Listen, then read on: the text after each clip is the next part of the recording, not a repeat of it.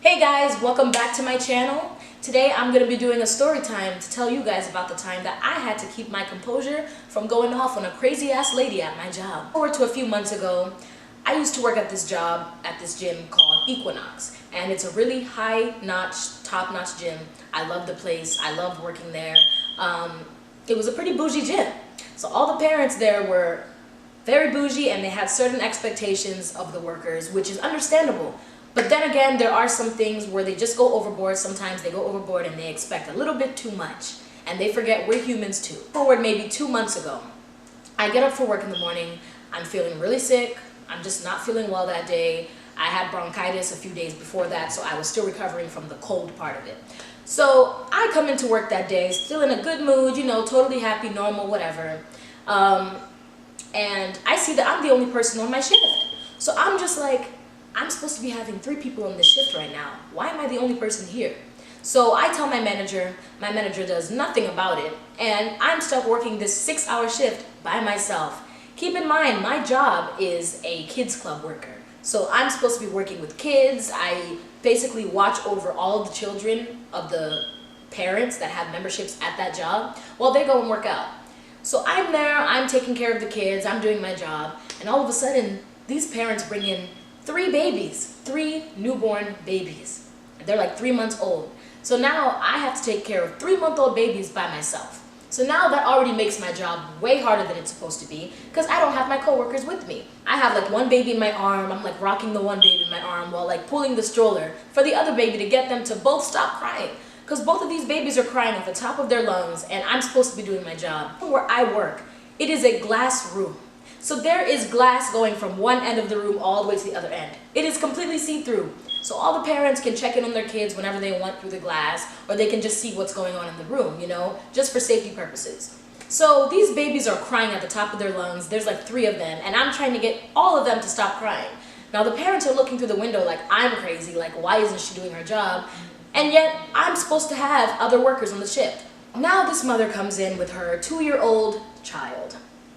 I'm super nice. I greet her kids, because she brought her 2-year-old child, and then she brought her 5-year-old son too. So the 2-year-old is a daughter, the 5-year-old is a son. She brings them in. I'm used to them because she's a regular. So they come in and I greet them. I say, hi, how are you doing today? And I greet her 2-year-old daughter, who's not in the best mood. Now this little girl is usually not in the best mood every time she comes. She's just not used to being in a setting with a bunch of other kids and her mom leaving her.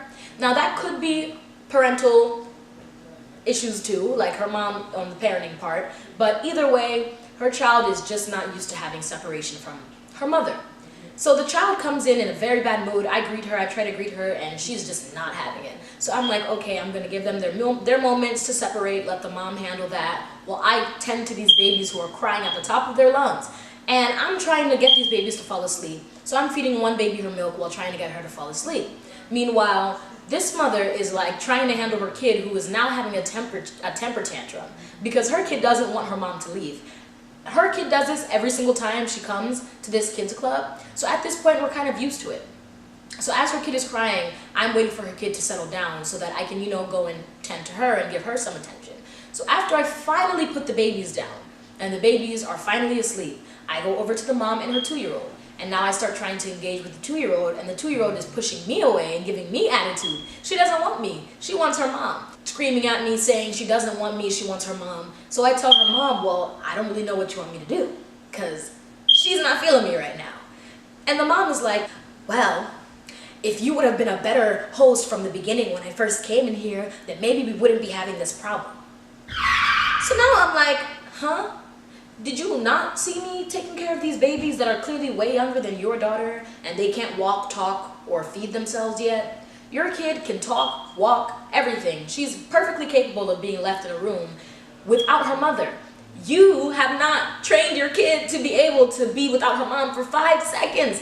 And you want to tell me that I should have been a better host? Did I not greet your child? Did I not say, how are you today? And offer her some toys and say, did she eat today? So please, don't start coming at me with that whole BS, because I'm just not here for it. But me being the classy girl that I am at work, I told her, I said, what do you mean? I greeted her, I said hi to her. She said, oh, when I first came in, you should have been more enthusiastic about seeing us. You should have been more willing to engage with us so that she would be able to be left alone. If this was a different worker, she would have been able to handle this better, because I came here yesterday and it was not as hard as it is today. I said, well, when you came here yesterday, there were other workers on this shift, correct? Today, as you can see, I'm by myself and I'm taking care of these babies by myself. So I'm sorry if I can't tend to your 2-year-old while I'm trying to handle these newborns. She looks at me and she's like, oh, so you're just not going to do your job because you're here alone? And I'm just like, how am I not doing my job? I greeted your child. I'm taking care of these babies. What else do you want me to do? So she gets an attitude with me and she's like, you know what? Fine. She gets up, she takes her daughter with her, and she goes to the front desk to tell my bosses about how I'm being a terrible worker. So now I'm looking at her through the glass screen, really telling my bosses about me. And I've been totally respectful, totally nice. I could have gone off on this mother, and I kept my composure. Now she's having an attitude and she wants to go and tell my bosses that I'm being some type of worker. I kept my composure. I said, you know what? I'm gonna go back to doing my job. So I took care of all the other babies. I paid her no mind. And then she comes back like 10 minutes later, and she comes back into the room completely silent.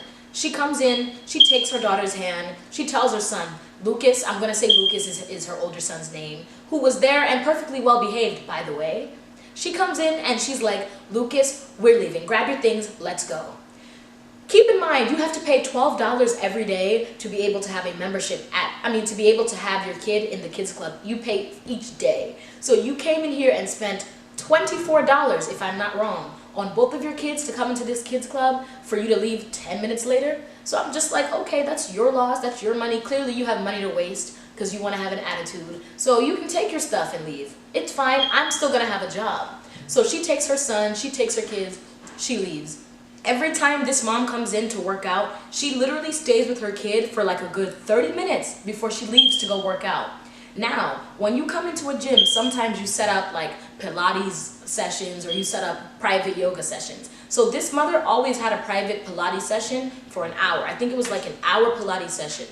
There were many times where she missed her entire Pilates session because she was here in the kids club playing with her kid, refusing to leave her kid alone. Trainers would have to come in and literally pull her out of the room to tell her, oh, we need to go. Like, you paid for this session, we need to do this session. Leave your daughter here, let's go.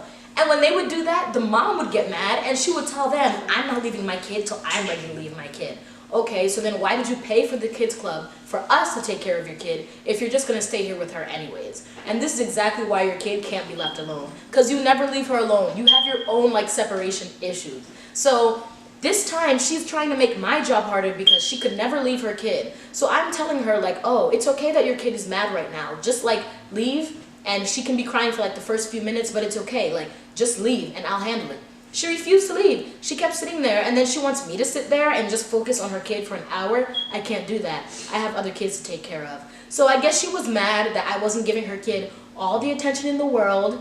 Next minute, I see her at the front desk again, and she's going off. Like, she's telling the manager about how she's gonna stop coming to this gym if they don't fire me, and she's gonna do all these crazy things if they don't fire me, and that we're terrible customer service, all this crap. And all these workers are looking at me through the glass window like, this mother, she's crazy, like, she's crazy. And I'm like, yeah, I know.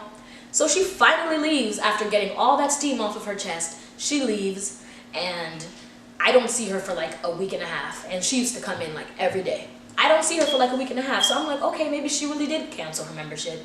Maybe she really did leave. Either way, I still have my job. My manager never told me anything, so you kind of wasted your breath. But it's cool. Fast forward to 2 weeks later. I'm working at the kids club, still have my job, I'm doing fine with the kids, and she walks in with her daughter and her son again.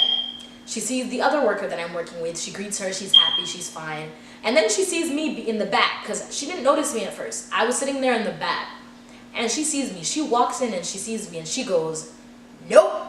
Like, literally, I'm not exaggerating, she looks at me and she goes, nope. She takes her kid's hands, walks out, and literally walks out the front door. Once again, you've wasted $24 of your own money. So I'm just like, what did I do? I didn't do anything to you the first time. Now you see me again, it's like I'm your biggest enemy, you just have to leave. So I'm like, okay, go on then. bye, I don't care. At the end of the day, I still have my job. And I keep saying that because she wanted me fired so bad, but she didn't get it. So a few weeks later, I ended up quitting because many situations like that happened where my boss was supposed to handle something and she didn't. As far as, you know, there not being enough workers on the shift, number one, that was already a problem. And then second of all, you didn't handle this parent. That's the time that I had to deal with a crazy ass mother, and I've never had any other situations like that before. I hope you guys like this story. This is my first story time. I have many other crazy stories to tell you. You guys should tell me what you want to see. Thanks for listening, thanks for tuning in, and I hope to see you guys next time. Bye!